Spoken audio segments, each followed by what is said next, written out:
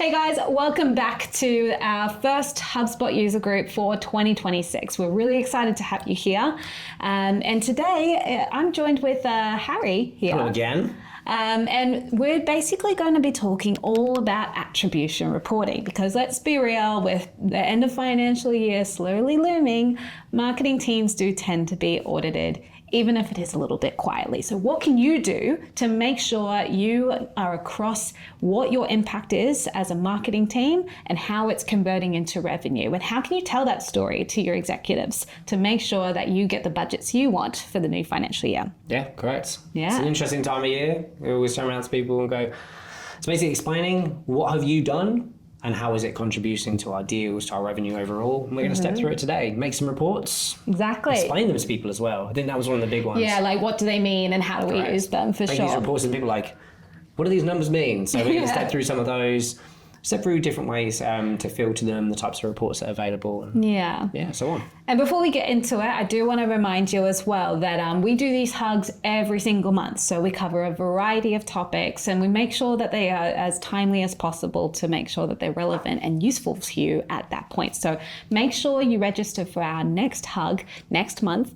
The link will be in the description below.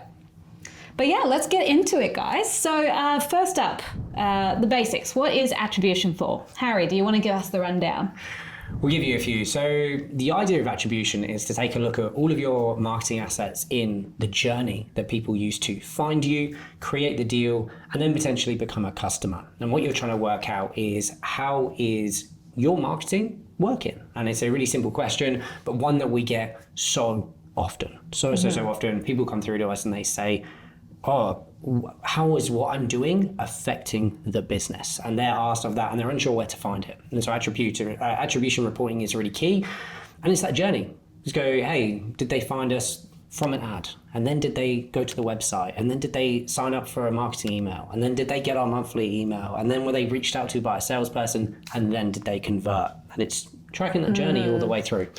And I think the thing that can get really overwhelming very quickly is because there's so many of these touch points and stuff, is like, how can you actually get some clarity in all of this like chaos that can happen there? So I find that it is good to kind of keep it simple and, try to just understand, well, what's bringing somebody in the first place and then what's helping them convert at the end of the day. But every single bit is important to know its value and then how much time you invest on continuing to evolve it, right? 100%. Yeah. I think it's the one where you can say, it's the doubling down or pulling back on it. If you're looking at your ad spend and you're finding that your marketing emails and your website page are driving a huge amount of traffic and you're spending X amount on ads and they're not bringing you anything and not working, it might just be a bit of a wake up. Because we've seen companies that spend hundreds of thousands on ads over the course of a year. And, they want to know the effectiveness of it. And this is where this report comes in. So what if your ads are working? You might want to double down, but then you're looking at something that's less effective and you might go, okay, let's reel that one back in for the financial year and reassess. Yeah, or even on the flip side, if you know that there's certain emails that are really performing and driving those conversions that mean money to the business, how do we get people in that email nurture as soon as possible to have more influence? Yeah, let's get into attribution models. Yeah, perfect. So prior to making any attribution reports and doing anything, you need to make a decision on the attribution model that you want to use. HubSpot's going to show you a fair few of these dotted around. They do have a pretty good explanation of them. We're going to touch through the ones that we like the most, when they should be used, and which ones we prefer. And if you're maybe unfamiliar with them or confused, which one you can go to as kind of a default. So you'll find them when you go through, start these reports off, and it is actually defaulted to linear, which is the default that we probably will recommend you starting off at. Yeah, if you're really not sure which one to do, start with linear and you can ease yourself into the different models over time. Okay, perfect. So as we mentioned, attribution is the art of taking the journey that a customer has with you, breaking it down, and then attributing certain points to that journey. Now, as a basic example, if someone had 5 touch points to you, they would be worth 0.2 each because that adds up to a whole 1.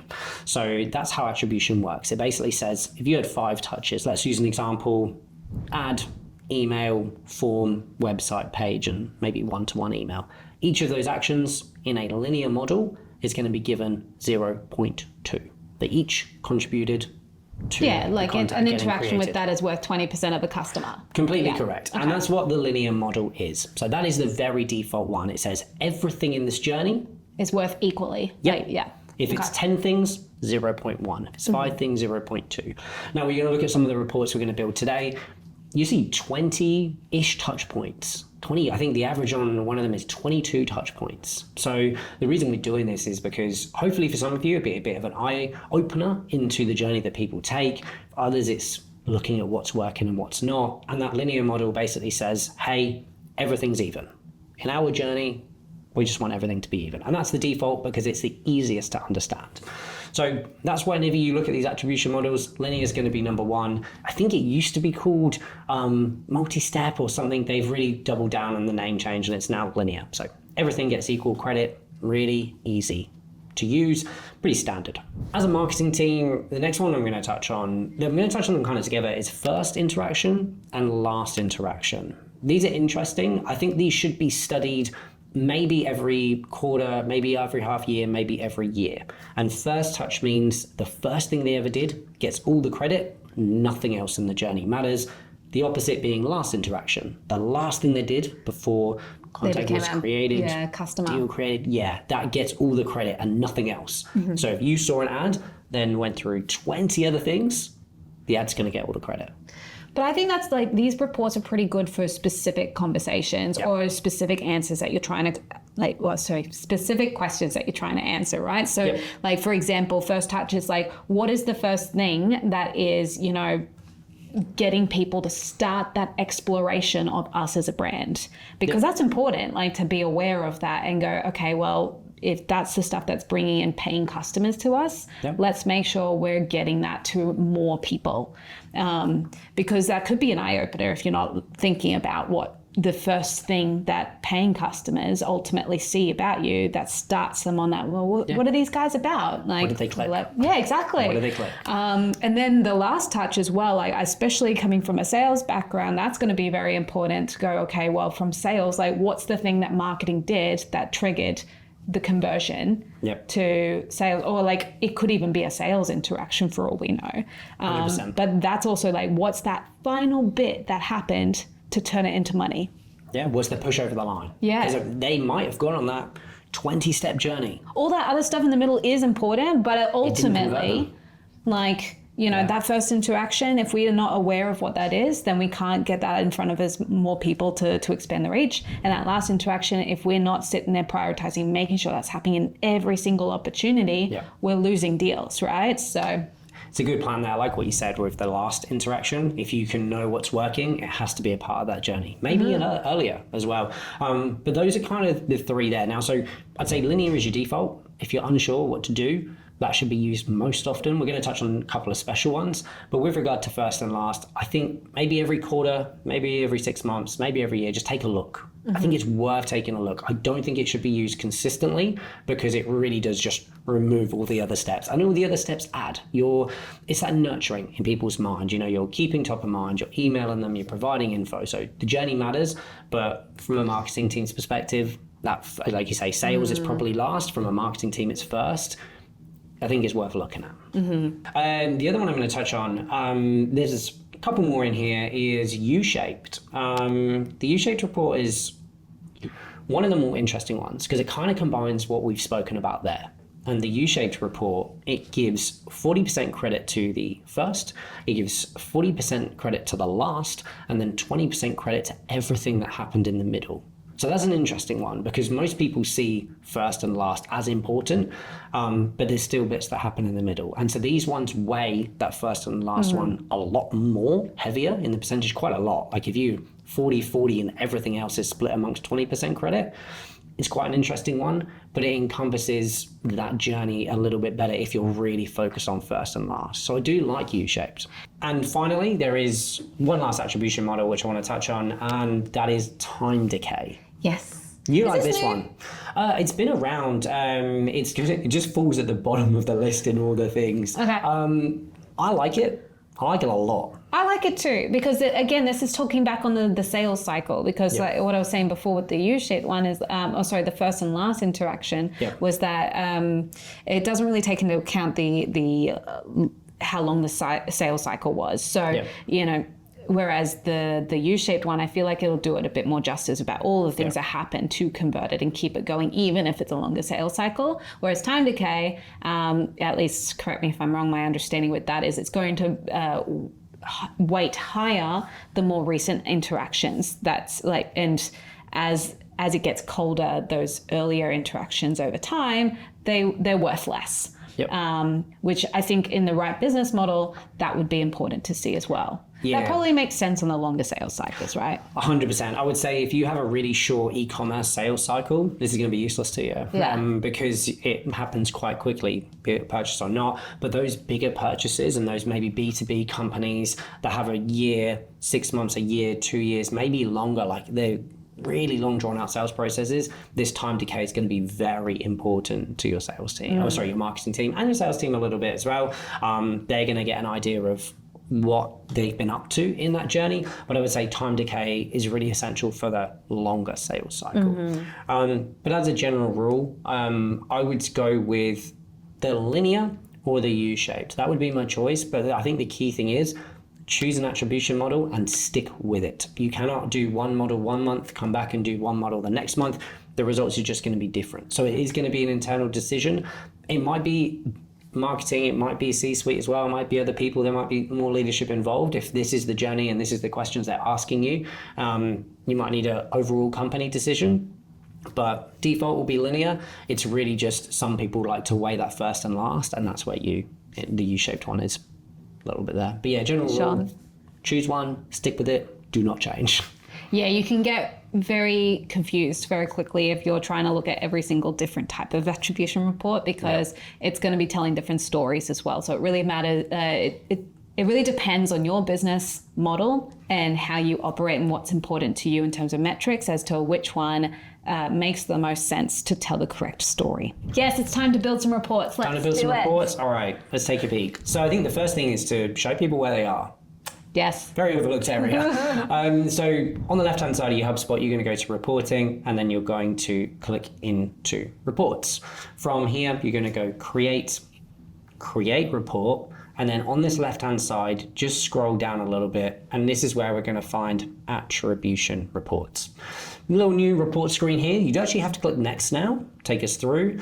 Now, one thing to note, subscriptions. So on this one, it's going to show all three options in here. So there are three types of attribution report that you can create.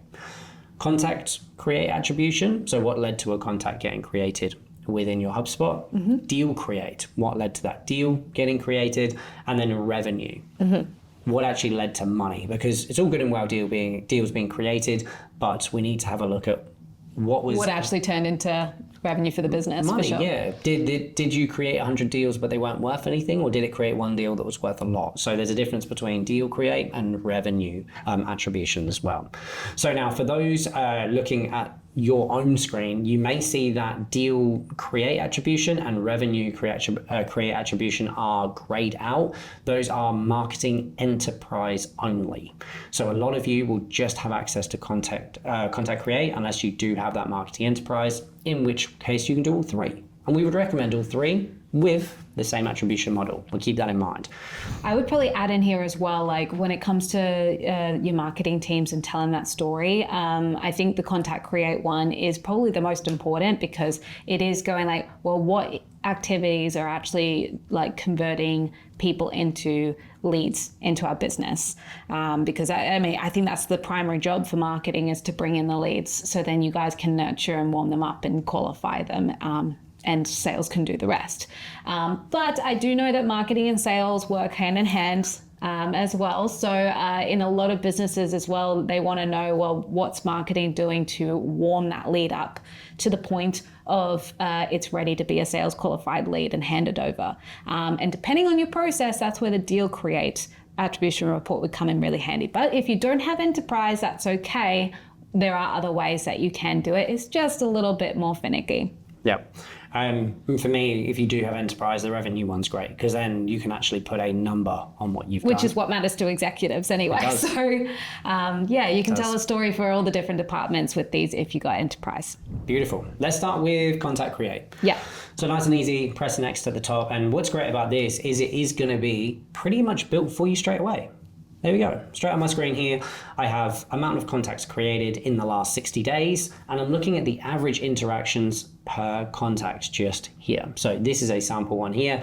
There's 13 interactions on the way for a contact getting created here, and in the last 60 days, we've got 500 contacts getting created. Now, straight away, as we mentioned, that linear attribution model has been selected by default, and the dimension here, the dimension's an interesting one. Play with this a little bit. For the most part, it does default to the one you want, which is asset type.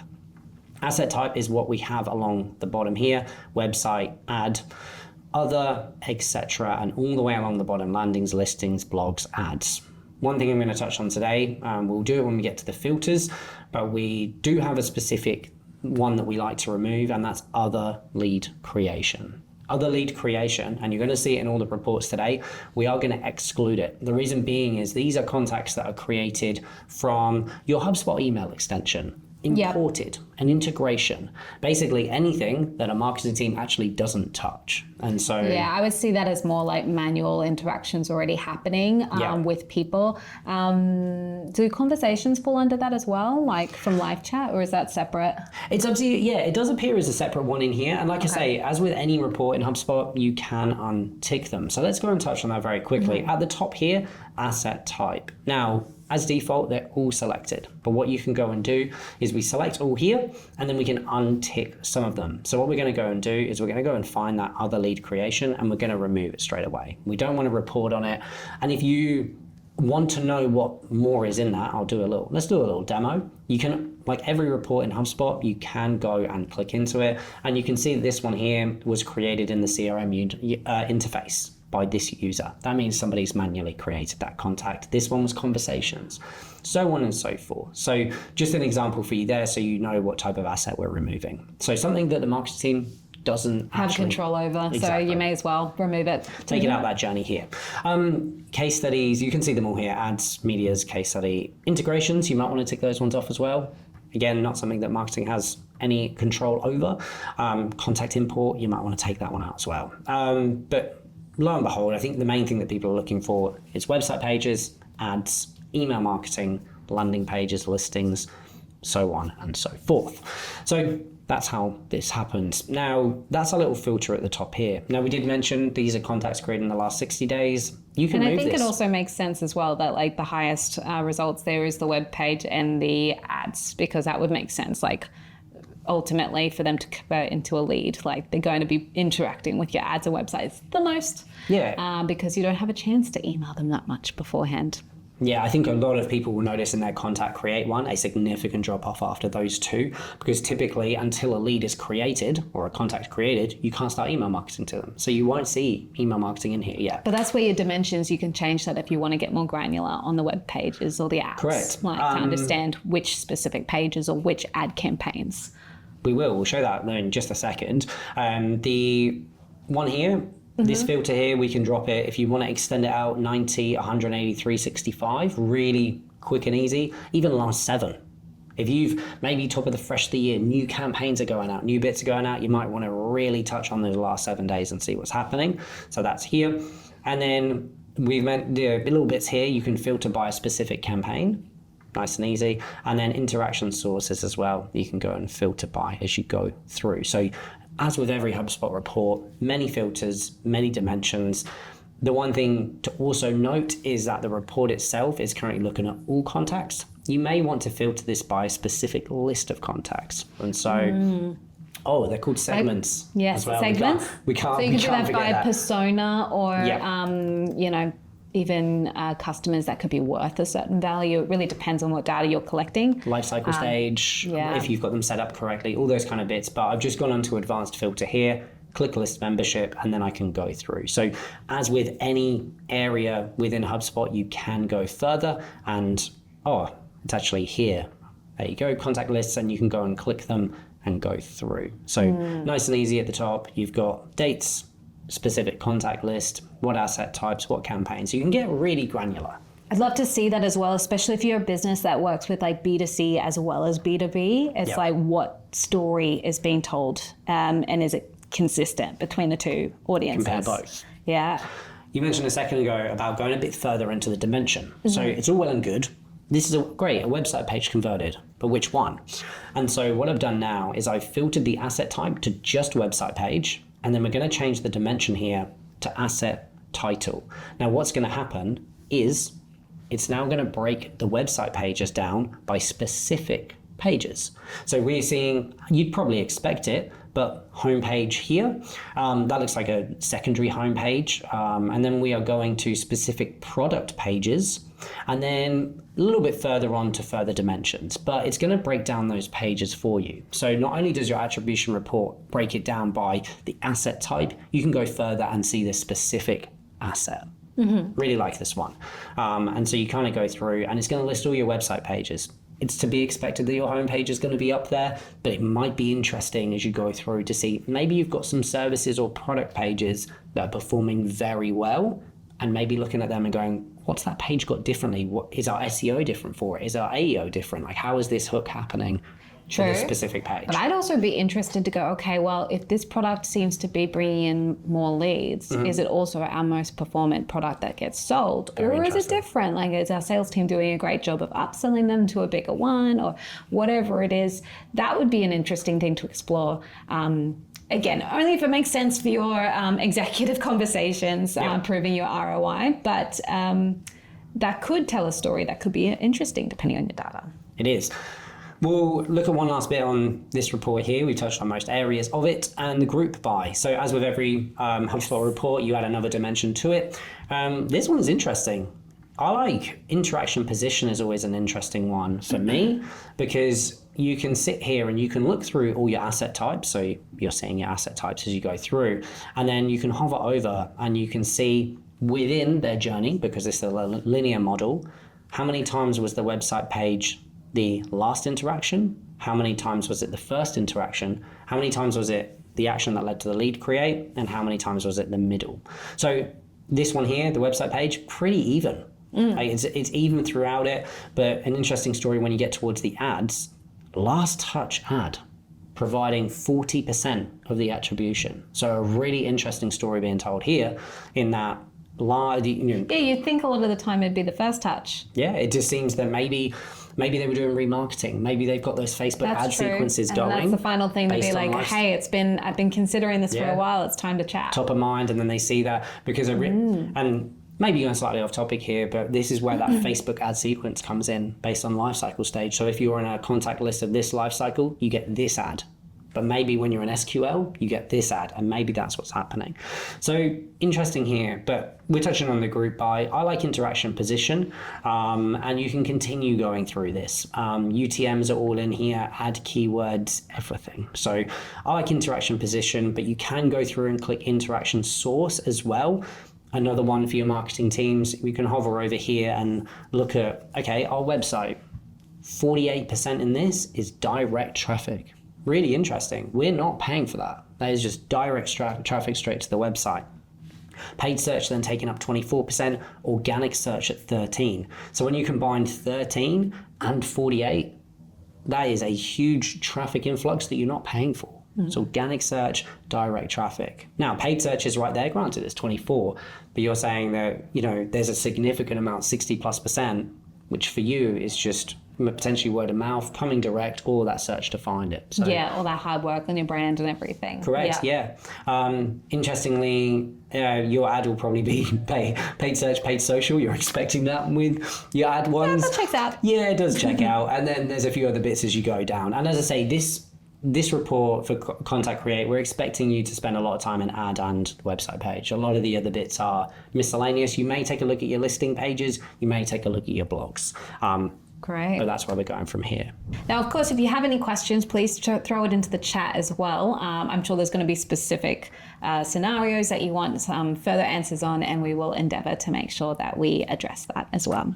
Perfect. But yeah, let's move over to the enterprise, guys, and show you what you can do with deal create and revenue attribution. Great. I think we'll only touch on one of them just because the timing of today's session a little bit, and the screens are going to be the same. So I think we're going to touch on the one that looks different, and that will be revenue. And I'm not trying to skip over deals. For those interested, just click it yourself. It's going to look exactly the same, just with a deal count rather than deal value. Yeah. But I want to do this one because it looks a bit different, and I really think most of the time with marketing teams, it's all to do with cash money. It's all about the money. It is. So again, reports made straight away from us. Now this top section here, we're going to blur these out just because, private information. But for you, when you step through, this is going to be your associated deal value. This is going to be the amount of closed won deals you have, your average deal size, and then average interactions per deal. This one here, over 40. So over 40 interactions. And what's the period on that one? In the last saying in the last 60 days, the deals that have, or the revenue that has come in, it's Correct. had 43 interactions on average. Closed one deal in the last 60 days has had 43 interactions, and this is when it gets crazy because this is going to be a very granular report, and so you're going to see some immediate differences here. We're going to start to see sales work in here with this model, and this is because it takes into account those sales one-to-one emails, phone calls. Look at this, phone calls number one. That might make sense. It does. Once a deal's there, you're following up, you're calling them, and so it's attributing. If you're calling somebody and it leads to it, never.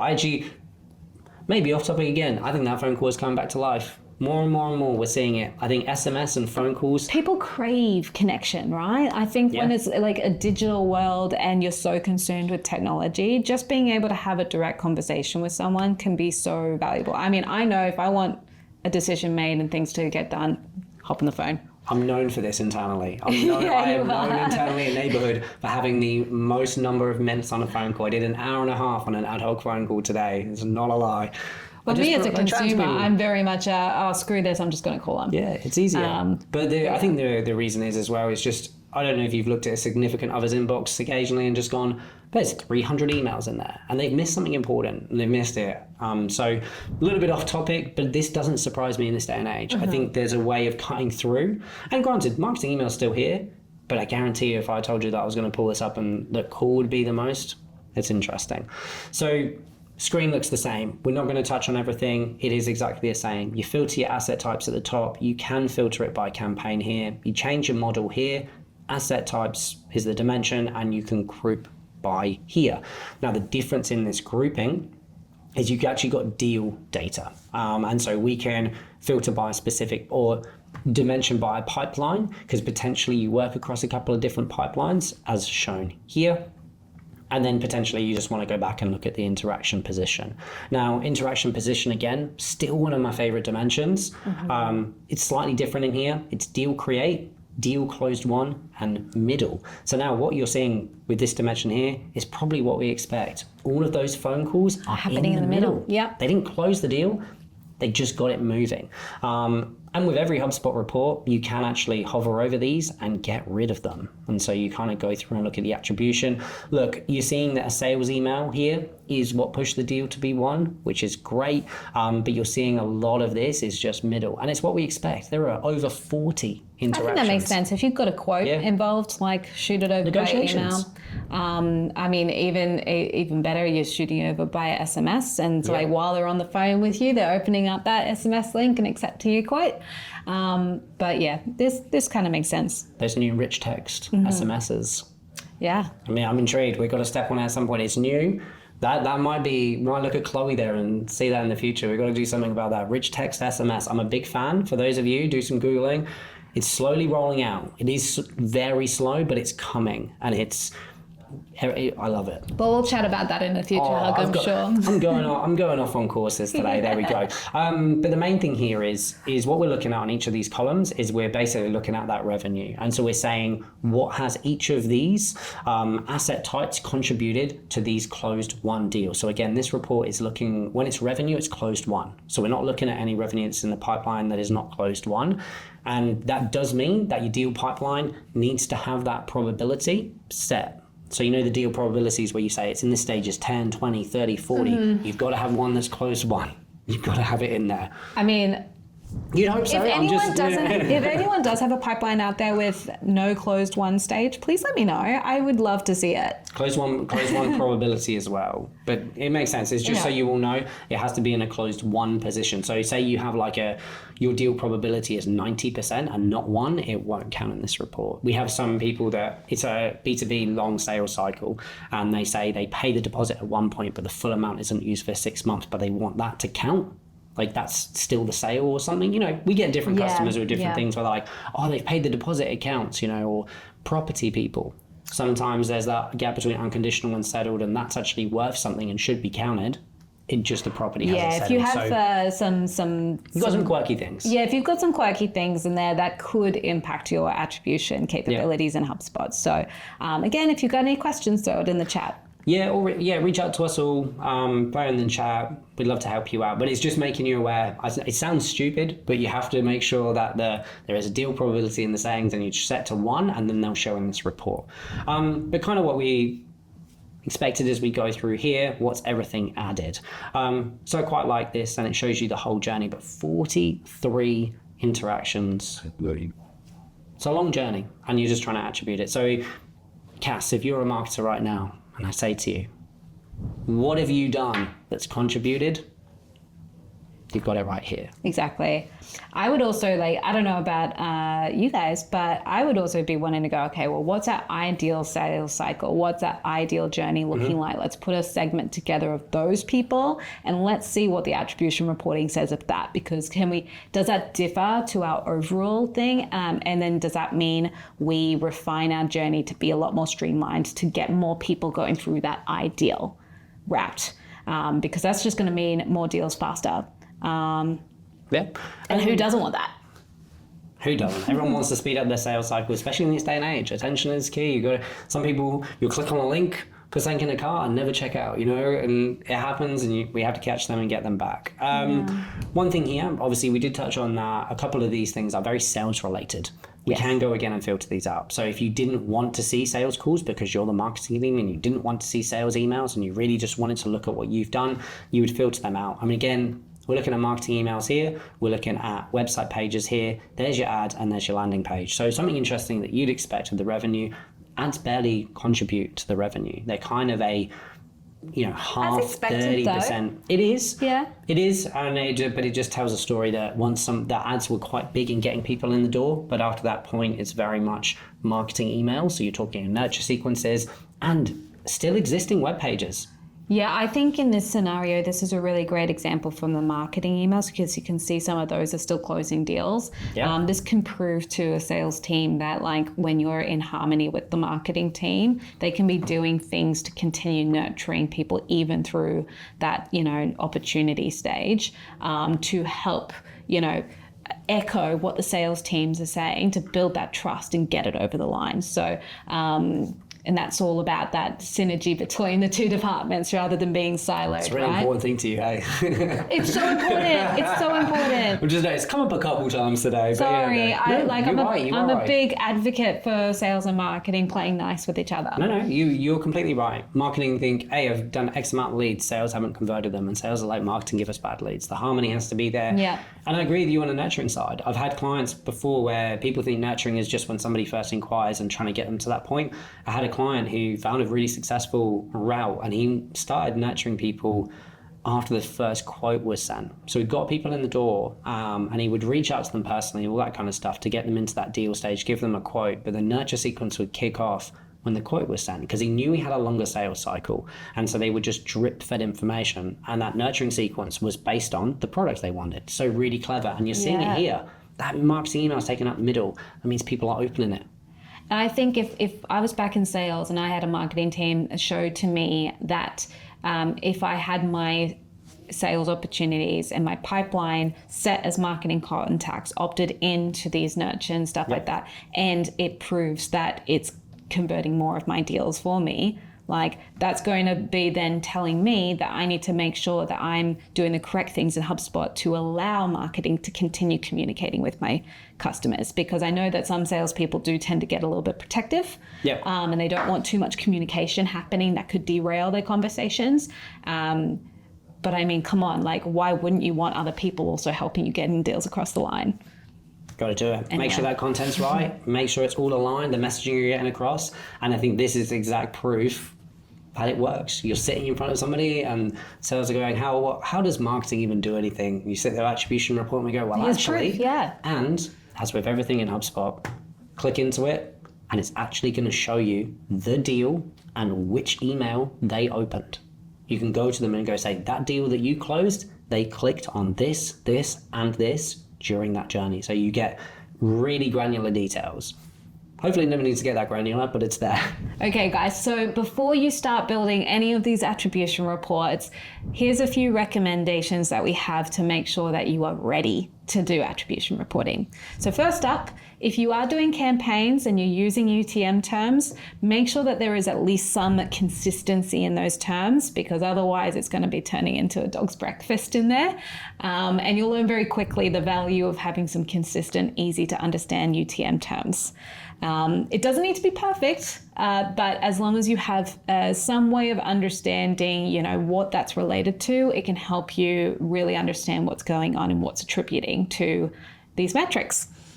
The next one as well is if you're not associating contacts to your deals, it's going to be very, very difficult for you to attribute deal create, revenue, and so on. So you do need to make sure that you're using these tools effectively for it all to help you tell that story.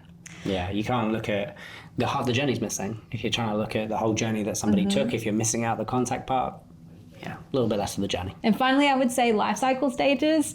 Make sure you have at least the basic reality of what, like the journey that your customers are going through, reflecting in your life cycle stages. So if you don't have that consistently happening right now, maybe it's time to do a bit of a cleanup so you can have better reporting next quarter. But yeah, I think that's basics. You can get a bit deeper into it and stuff, but that should get you started and you'll learn where your gaps are for your business as you look at those reports. And again, if you have got these reports ready to go and you understand what's going on in your world, the next stage is to actually make sure you have that story and that narrative making sense for you to present it to an executive team.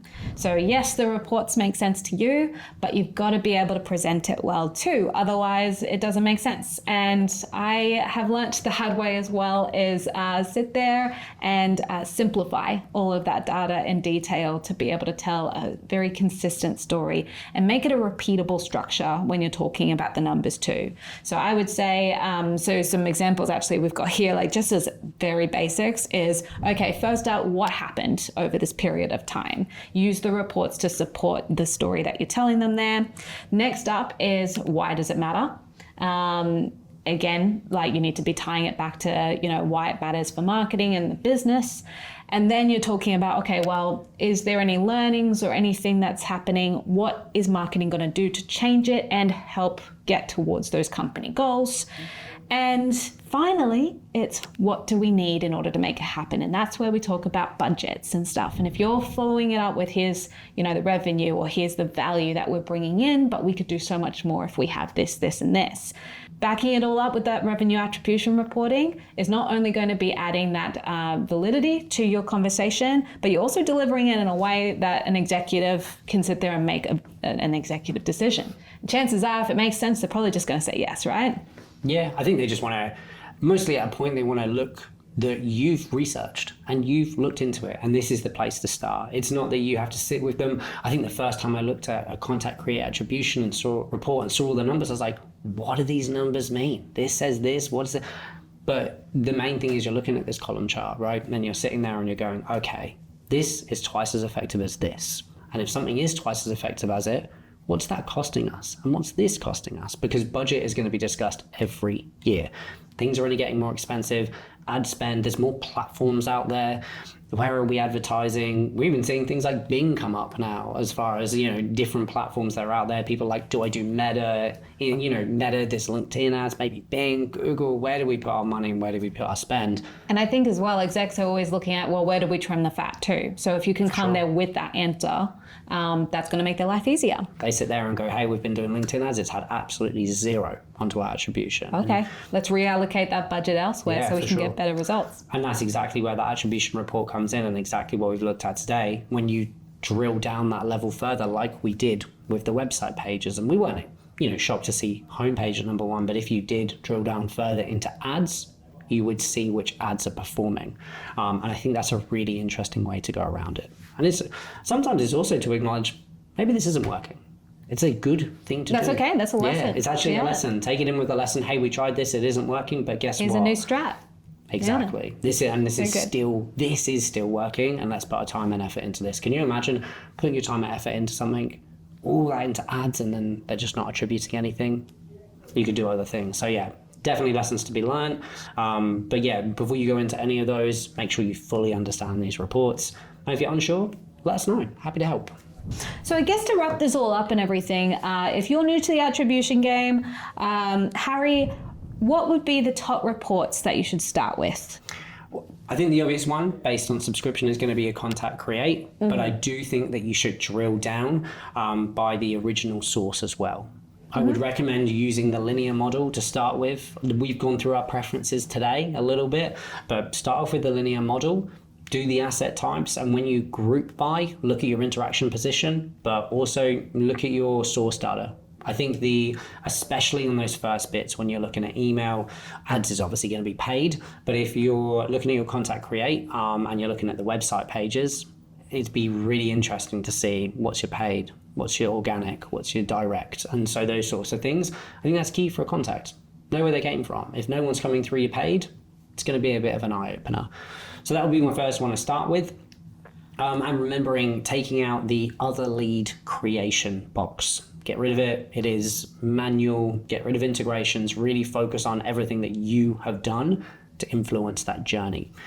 Then your next one is the obvious. We're going to go make these three, but getting more specific. I think when you're going into your deal create, if you do have that marketing enterprise, I think you're going to be looking at that entire journey, but potentially looking at that point into what your sales team have contributed as well. You've gone about it today a little bit, and it is important to have that harmony. And I think it's how both of the teams have contributed to getting that deal created and continued, and whether there was anything involved in it. Were there early phone calls? And people might be confused because the deal hasn't been created, but this is specifically if you're using the leads object style. So if your contact's getting created and you're using the lead object effectively, and you only create a deal when the lead is qualified and you're using that lead object. Yeah. So that would be sales and marketing working together there. Correct. But in a lot of businesses as well, contact create would be what brought in an MQL. And then deal create would be, well, what did marketing do to convert to an SQL for the team? Correct. And then revenue would be, okay, what then happened? What caused the closed one? Yeah, correct. That's the obvious three. I just think it's how your HubSpot is set up. Some people go straight contact create and deal straight away. Some people use the lead board. And then in the lead board, there's a bit of nurturing before they even get the deal created. So I think that's an important one to do. However your setup is in HubSpot, that'll be the important one. And then obviously revenue, you're touching on that third report there to really put a figure behind it. You can say, our email marketing influenced X amount on closed won deals. That is a fact. You cannot argue with the data in here. It's how it's attributed. And the same to do with your ads, the same to do in everything. But I think when you are telling these stories, even though you're a marketing team, don't exclude the efforts of the sales team in that as well. We did this, they did that. The joint effort led to closed won. Totally. And is there any other reports as well that can also be supportive through this attribution journey? Correct. I think at any point, you as a marketing team can really go in and delve that one level deeper. So we talk about original source and the drill down 1 and 2s. And so you generally know if you came from paid and then which ad and then which campaign, that way. I think with these reports like we've seen today, I would definitely drill down into your website pages, your marketing emails, and your ads a level deeper. Find specifically which ad is attributed the most, which email is attributed the most, and which website page outside of your homepage, again, is attributed the most. I think that's going to give you a little bit of insight, because it's all good and well saying website pages, but some pages are 500 pages. Which one? And then so definitely drill down further. That's for you and your marketing team internally to work on. And that's going to tell you, again, the channel impact. specifically, and that's going to give you some insight on which of the channels is working, and yeah, your original source data as well. All of those kind of things, just take that level deeper. I think for the exec summary, high level, but for you as a team, go further. Yeah, for sure. Make your life easier as well for next quarter by creating a dashboard. But also, if you know what's working, you can double down on it, and then your performance and results will be better next quarter. So Totally. Hopefully we've highlighted some of that today. Yeah. Well, thank you so much, Harry, for problem. joining me with this. And I hope you guys have gotten some value with starting off on the attribution journey. I think that's where we're going to leave it for today. Yeah. And if you haven't already registered for our next month's hug, make sure you do, because we're always trying to add further value and making sure that it's timely and useful for you as you use HubSpot. All important, and sign up every month. Not just next month. Yeah, join the HubSpot. Sign up. Yeah, where do you do, actually, like, is it Brisbane? If you just follow the Brisbane hub. There's a Facebook group. I'm pretty sure there's a LinkedIn one as well. Mel's really good at posting all the links in there. So just stay in touch with us. It's in our bottom of our email footers. Have you not seen our glorious banners each month? I think I'm featured in one of them. I might be soon. I'll be there in a couple of weeks. There'll be me featured very soon in the little bottom one. But keep an eye out. But yeah, just keep consistency. Subscribe to us. We only send great content. Chloe will tell you it's only great content. You get to know what we're up to. You get the HubSpot updates, and then you get the HubSpot user groups. So yeah, come along every month. It's been a pleasure, Cass. I get to do this a couple times here. We are. Thank you. And yeah, Happy New Year, guys. Looking forward to another great year. Big 2026.